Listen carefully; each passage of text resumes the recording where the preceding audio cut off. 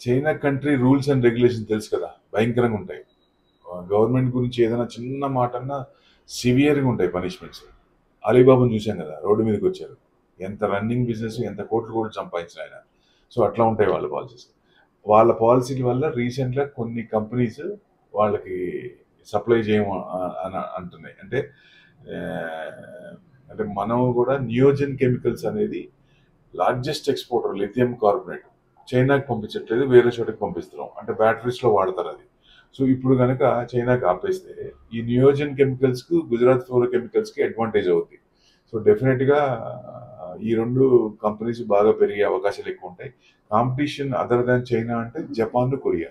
So వాళ్ళిద్దరు పెద్ద ఈయనంత అంత ఇదిగా ఉండరు.